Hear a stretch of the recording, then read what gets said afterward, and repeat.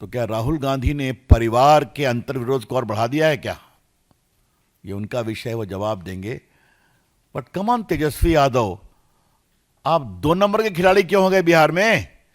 जिस कांग्रेस का कोई वोट नहीं है वो आपके भरोसे चलती है और आप हो गए नंबर 2 प्लेयर। मैं इसका एक कॉन्टेक्स्ट बताऊंगा। जो गाड़ी में घूमते हैं तो राहुल गांधी आगे, तेजस्वी पीछे, अखिलेश यादव भी पीछे। बीच में तेजस्वी जी की एक बहन रोहिणी जी दिखाई पड़ी थी उत्तर बिहार में कहीं पर। आज मैं खोज रहा था कि पटना के 2 सांसद हैं, एक मैं हूं और एक हमारी मीसा भारती जी हैं, लालू जी की पुत्री और तेजस्वी की बहन, वो दिखाई नहीं पड़ी कहीं पर।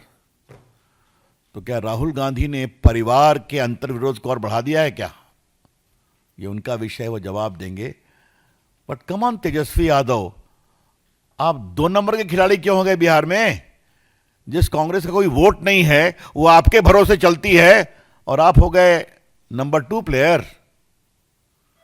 यह भी देखने की जरूरत है।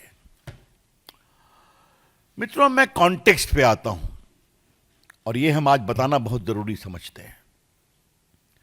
आपको याद होगा कि 24 के लोकसभा चुनाव में इन लोगों ने एक बहुत बड़ा तूफान खड़ा किया कि भाजपा आएगी तो संविधान बदलेगी,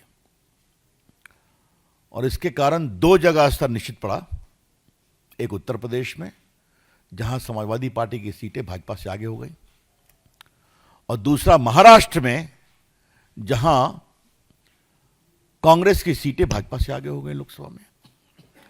तब तो हमने कुछ नहीं कहा चुनाव आयोग पर, हमने विनम्रता से स्वीकार किया, और उस समय चुनाव आयोग ठीक था। राहुल गांधी, आप जीते हिमाचल, आप जीते तेलंगाना, तो चुनाव आयोग ठीक था। लेकिन लोकसभा के चुनाव में एक बार जब जनता को मालूम हुआ, सच्चाई सामने आई कि बेबुनियाद तरीके से हमारे साथ कांग्रेस पार्टी ने छल किया, उन्हें हरियाणा में हराया कांग्रेस पार्टी को। हरियाणा की जीत 24 के लोकसभा के बाद 2014 से भी बड़ी जीत है, ध्यान रखिए। मैं गया था प्रचार करने।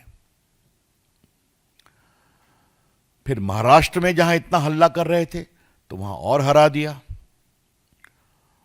बची कुची बात आई तो दिल्ली को भी बुरी तरह से हरा दिया, केजरीवाल जी हो या राहुल जी हो। अब बिहार को भी हराएंगे, यह हम पूरे विश्वास से कहना चाहते हैं। आज देश को भाजपा के राष्ट्रीय मंच से बताने की जरूरत है कि राहुल गांधी योजनाबद्ध तरीके से हिंदुस्तान की जनता के मताधिकार के उपयोग का अपमान कर रहे हैं। कि 14वें मोदी जी झूठ से जीते, 19 में फरेब से जीते, और 24 में वैसे ही जीते। क्या मतलब है इसका? आप तो विपक्ष को अपमानित करेंगे, मोदी जी को गाली पढ़ेंगे, आप बिहार हिंदुस्तान के मतदाताओं का भी अपमान करते हैं। राहुल गांधी, ये कौन सा आपका अहंकार है?